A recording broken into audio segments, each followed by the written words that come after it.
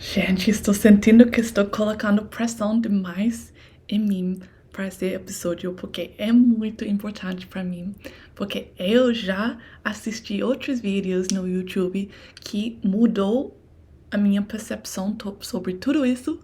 Eu quero dar isso para vocês, porque nada mais do que isso, do que malhação, treinando, mudou minha identidade. Eu nunca fui uma pessoa esportiva. E ano passado eu virou atleta. Eu quero te contar essa jornada e talvez fazer mudança em você para você ver que isso é possível, que você pode criar qualquer coisa que você quer na vida. E que nada das ideias que você tem na cabeça dos seus limites, tipo, você não tá bem no inglês, ou você não tá esportiva, nada disso é fixo. Essa vida é uma oportunidade e tudo pode mudar, sabe? Agora que eu fiz essa jornada de criar um atleta em mim, desde ser minha vida inteira sem ser uma pessoa assim, eu sinto imparável. Eu quero muito dar essa sensação para vocês. Então, esse episódio é sobre isso. Eu espero que eu faça um bom episódio. E se você não me conhece, sou ela, sou australiana, professora de inglês. Estou aqui para te ajudar a amar a vida na Austrália e aprender inglês do jeitinho australiano.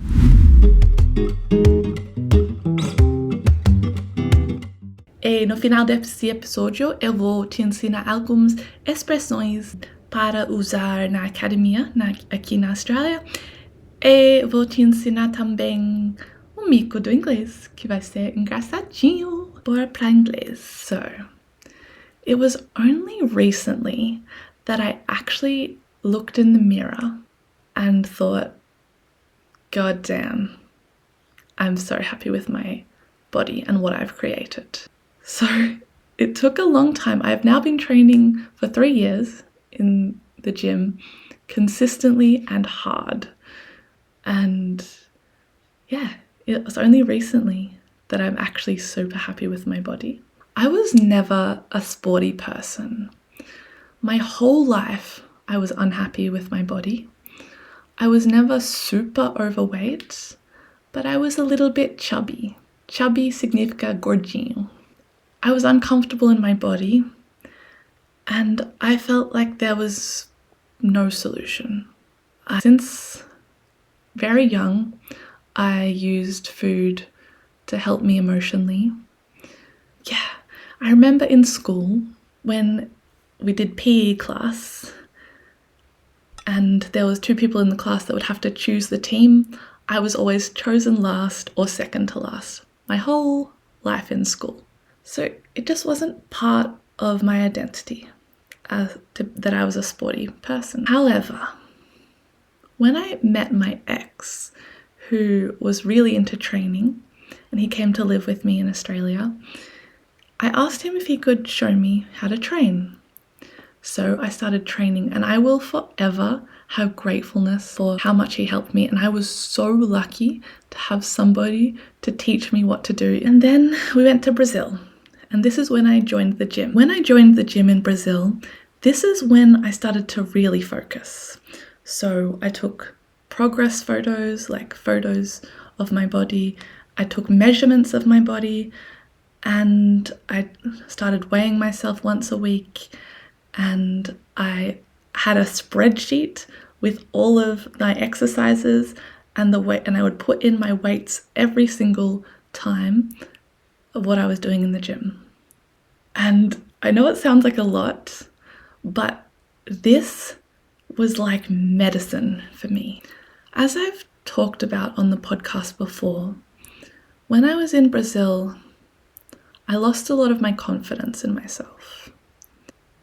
And part of this was me feeling like I wasn't listening to some of my internal voices. I've just felt like I was becoming weaker and weaker. However, because I was going to the gym at least 3 times a week and seeing progress in the gym, it was a kind of cure to show myself very obviously that I was progressing. I didn't feel like I was making the progress that I wanted to in Portuguese, and my confidence was low, and I felt kind of weak in a lot of ways. I felt like I was losing my voice in Brazil a lot, and I felt lonely, and I just felt like I wasn't the strong person that I remember being in Australia. However, when I would go to the gym and write down all of the exercises that I was doing and the weight that I did, and then the next time I would come in and I would do one more rep, or I would do a little bit more weight, I could see clearly progress. And this became so satisfying to me. It was like I could see visually that I was getting stronger. And apparently it's a common journey in the gym that people start going to the gym because they want to change their body, and then they really get into the gym because they like the feeling of how capable they're becoming. And that's what really started to hook me. Writing down my weights of the exercise that I was doing and seeing that improve, I got hooked. Eu fiquei viciada. I got hooked. And I started going to the gym and doing things that I couldn't do before. And even the way that I talked to myself changed. It was like, go Ella, you've got this, you're a badass. I started thinking, I'm so strong. And yeah, this was the start of my identity shift in my own mind, thinking, I'm a badass, I'm strong, look what I just did, being proud of myself for something. And the food piece is interesting because while I was getting stronger in the gym, I also still felt like I didn't have much control with food. Anyway, my relationship with food is a whole other episode, and I'm actually going to talk about this next week because it's been a big journey with me and food. So that's another episode. So yes, when I was in the gym, I started really liking how capable I was feeling and being really satisfied seeing my progress slowly coming. And then I set my first goal, which was I want to get a pull-up. A pull-up is uma barra. Eu quero conseguir fazer uma barra. I want to do a pull-up. And it took me 9 months to get my first pull-up. And I remember getting my first pull-up and just crying because I was so happy and so proud of myself. And then I was just really hooked by this stage in the gym. And it wasn't because I was seeing big changes in my body. I was a little bit, but honestly, the body doesn't change very fast. But I was loving how capable I was feeling. So I decided that I was going to change from doing the type of training that changes your body to doing the type of training that is for powerlifting, to become stronger. Because, yes, while there was this part of me that was feeling like it was getting stronger, there was another part within me that felt weak because I wasn't happy and I wanted to start a new life, but I didn't feel like I had the courage. There was a part of me that felt really weak because internally there was a part of me that knew that I wasn't happy in my relationship, and I was ignoring this voice in my head. And it felt so hard to me. And I felt so kind of ashamed and afraid and scared and alone. And so there was a part of me that felt weak. And so starting to train for powerlifting was showing myself that I'm strong. And kind of counterbalanced this out a little bit. So I was getting stronger and stronger. However, then I injured myself, and I think this is because this was all just a bit much for me. I was starting a business, I was leaving a relationship, I was trying to do a competition for powerlifting, I was teaching full-time. It was just a lot, and then I injured myself doing a deadlift, which is levantamento, inteira. And yeah, I hurt my back multiple times because I kept trying. So eventually I decided to just do bench press in the powerlifting competition. Bench press is supino reto. I decided to do just bench press. And I got to the competition and I won my medal and I was so proud of myself. I remember writing an Instagram post to myself saying, Ella, just don't forget how strong you are. Like, let this medal enter your identity and may you know forever how strong you are. And I do. How crazy to say, I do know how strong I am now. Yeah, I want to help other people with this. And the thing is, after my powerlifting competition, I actually stopped powerlifting because I kind of didn't need to prove to myself that I was strong anymore. I knew that I was strong. And now I train in the gym and I'm doing more hypertrophy, like muscle growing type of training again. And I'm loving it again. And yeah, I just feel so awesome in the gym. And it just has given me the belief in myself that I can do anything. So I actually want to tell you about a video that I watched once because this video really gave me a map for how transformation is possible. Every time that I decide that I want to do something new, this video comes into my head. This image. I'm going to explain it to you. And I'll actually put the video in the show notes. It's really worth watching because whenever I want to change, whenever I want to transform myself in some way, this video image comes to my brain of how it's going to be possible. So I want to give you this image of how it's possible. It gave me a step-by-step plan of how to change my life. So the first stage is inspiration. And inspiration is great, but it's very short lasting. So it will last for maybe maximum 24 hours, sometimes only an hour. So you'll do something, you'll watch a video like this and maybe you'll feel inspired. And that's great.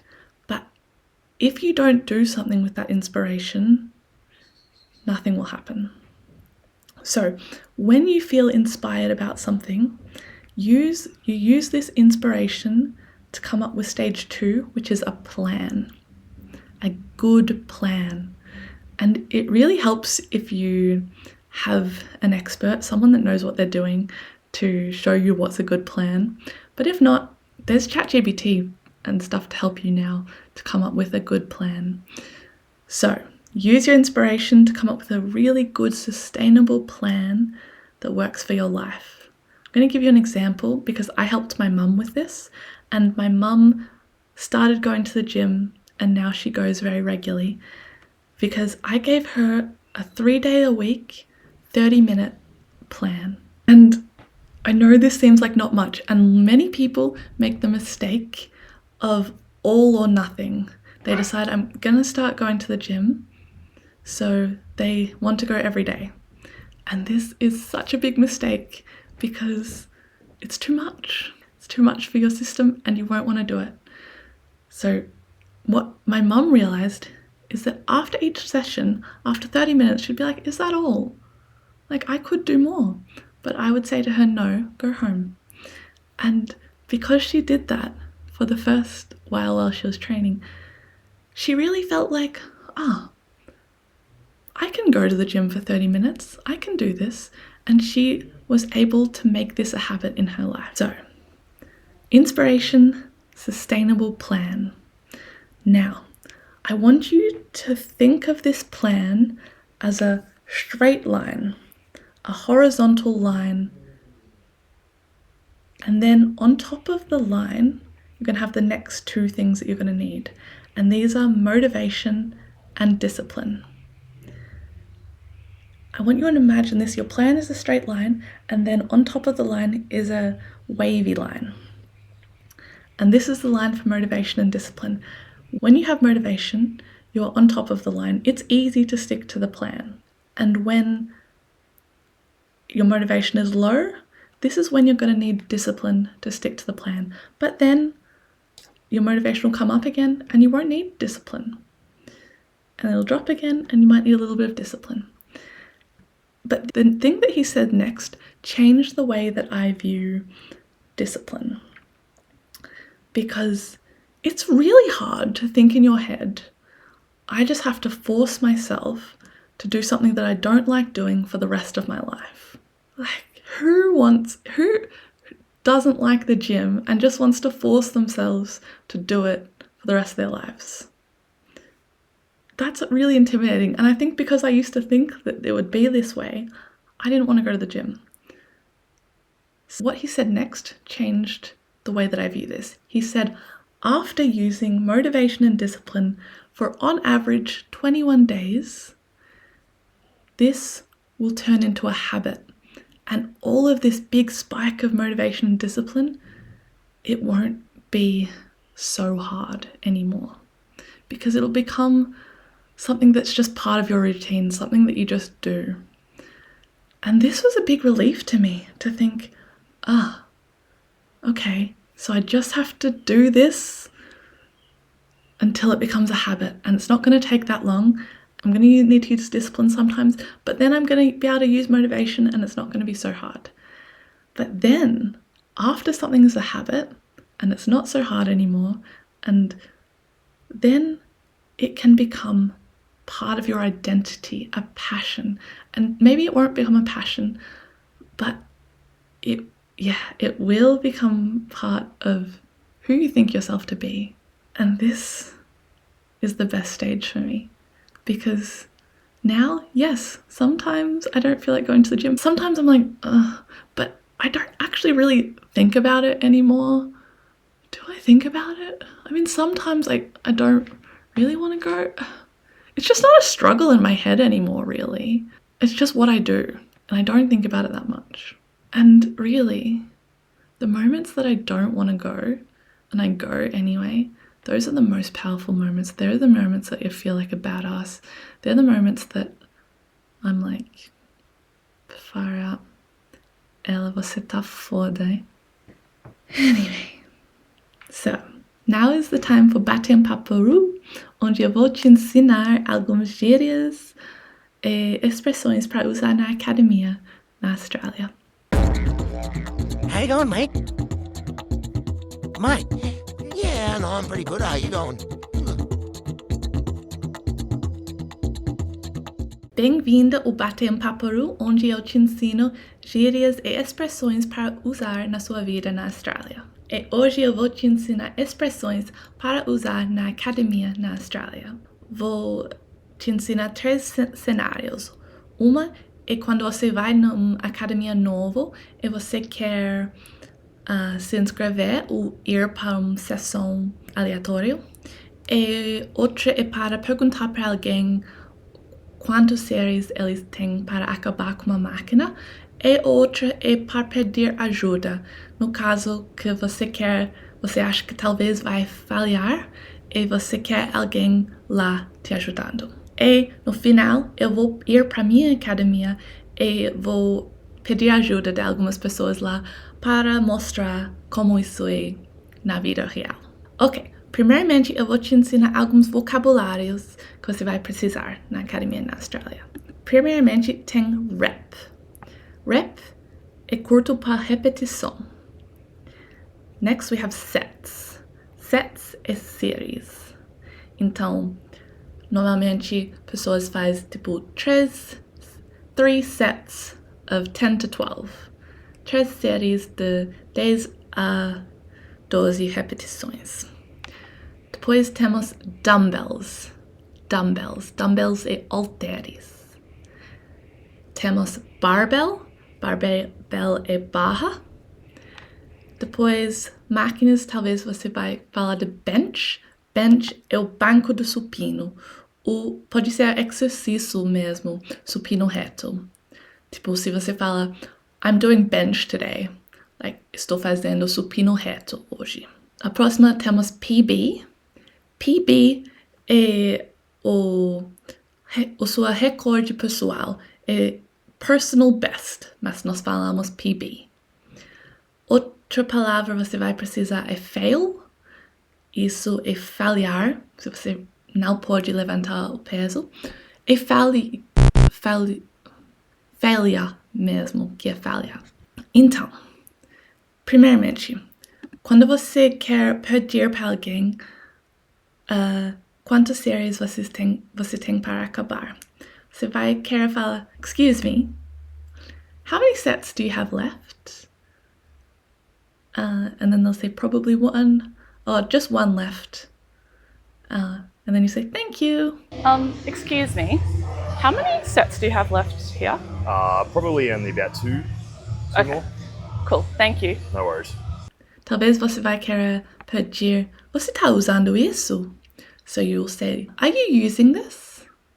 Talvez você vai pedir, eu posso usar com você? Tipo, can I work in with you? Isso é tipo, você usa, depois eu uso. Isso é útil também. A expressão que pessoas falam é go for it. Ou talvez all yours. Ok. Próximo cenário. Se você quer pedir ajuda, se você está fazendo supino reto e você sabe que vai ser difícil e você quer realmente passar o seu limite, talvez você quer pedir, excuse me, could you spot me? Could you spot me? Depois, talvez você vai querer falar para eles que quantas repetições está fazendo e se você acha que você vai falhar. Então, eu falaria, I'm doing 12 reps. I think I will fail. So can you just help me lift the last rep? E se alguém pedir isso para você, você vai querer também falar algumas palavras de apoiar essa pessoa. Talvez você vai falar, let's go, you've got this. One more, you've got this.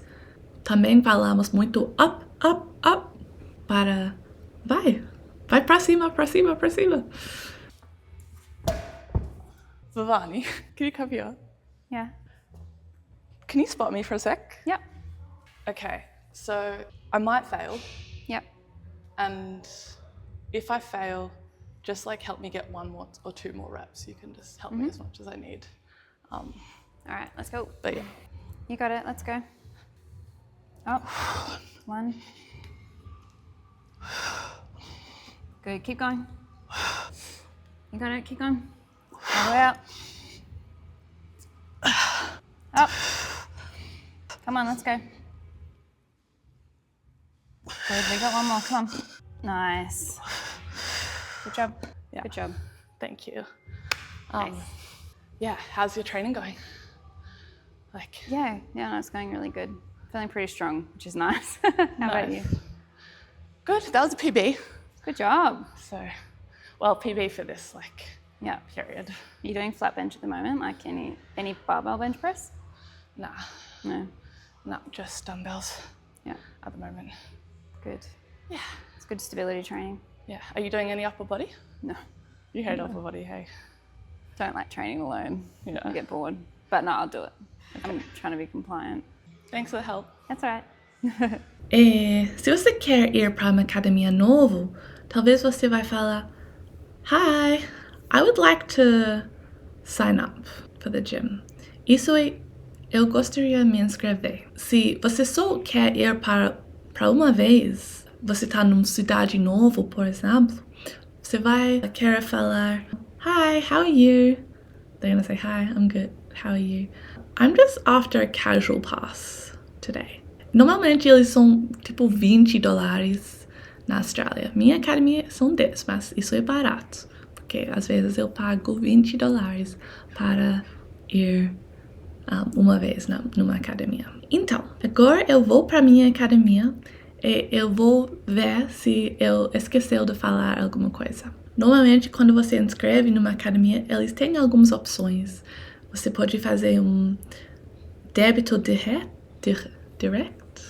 Isso é o mais barato, ou você pode pagar um número de sessões. Talvez você vai precisar encher um formulário e eu vou mostrar aqui um formulário. Hey guys, so I've asked Ryan here to help me show you what kind of questions you would be asked if you were to join a gym in Australia. So, all right, Ryan, I want to join the gym. Tell me, what do I do? First question normally asked is, have you been to a gym before? Like, have you been a part of a gym?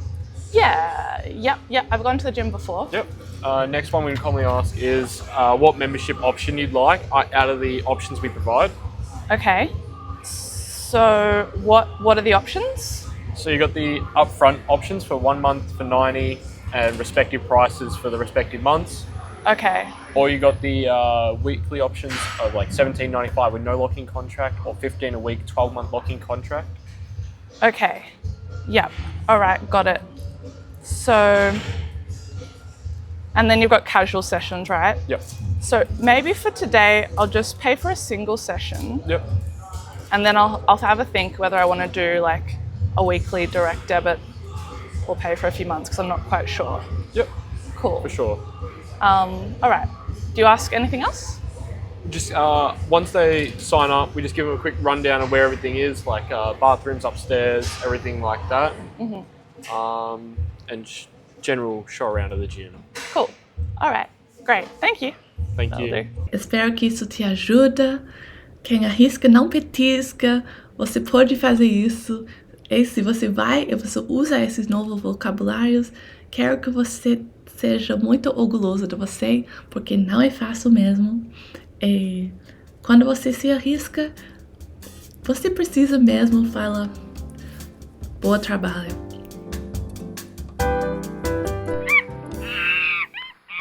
Agora é a hora do mico da semana. E essa semana eu vou te ensinar o erro que dá medo a muitas pessoas, que é a diferença entre bitch, puta, e beach, praia.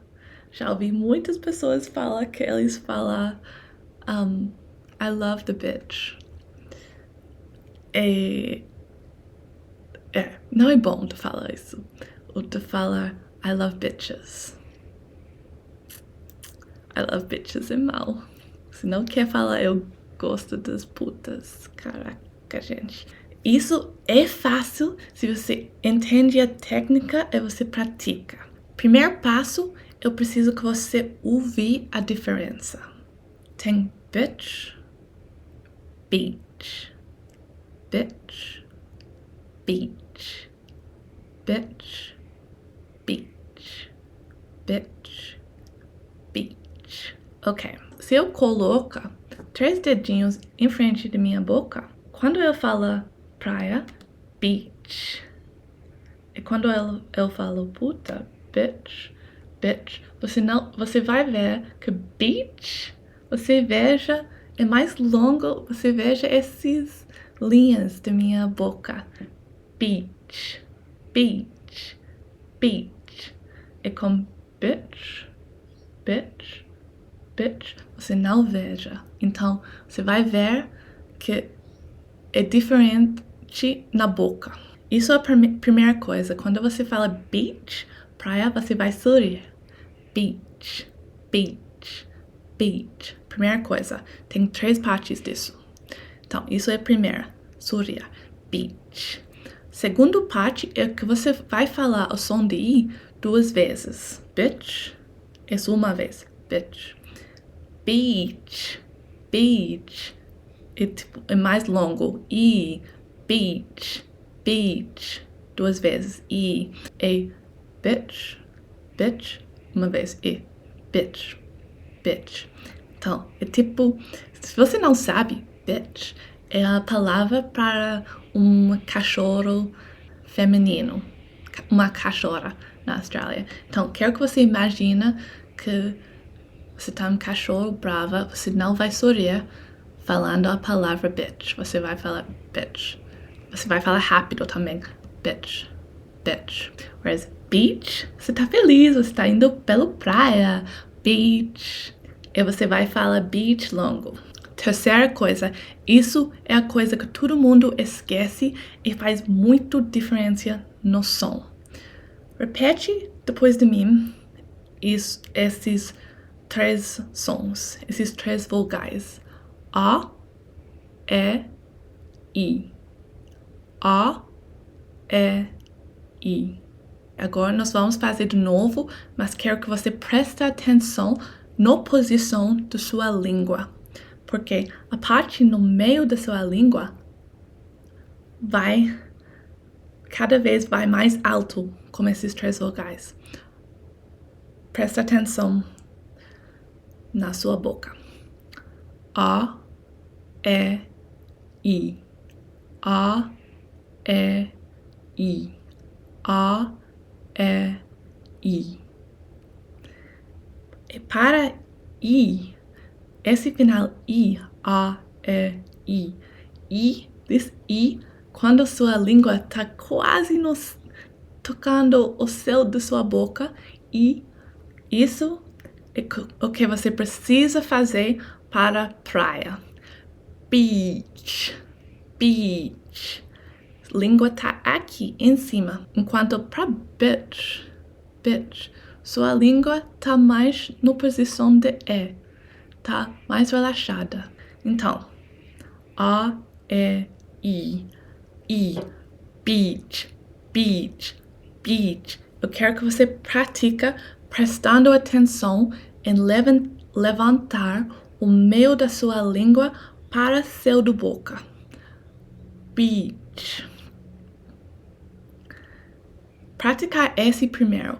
Beach, beach, beach, beach. 3 coisas. Sorrir, pronuncia I 2 vezes e botar o meio da língua no céu da sua boca.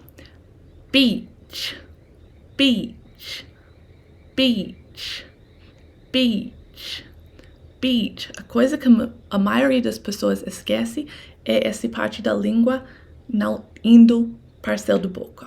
É mais relaxada. Então, ele pronuncia bitch.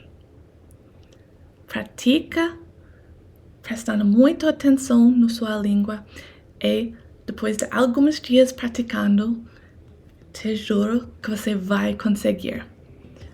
Bitch. Bitch. Beach. Bitch. Beach. Bitch. Beach. Conseguiu? Espero que sim! E me manda seus micos lá na Insta, por favor. E até semana que vem!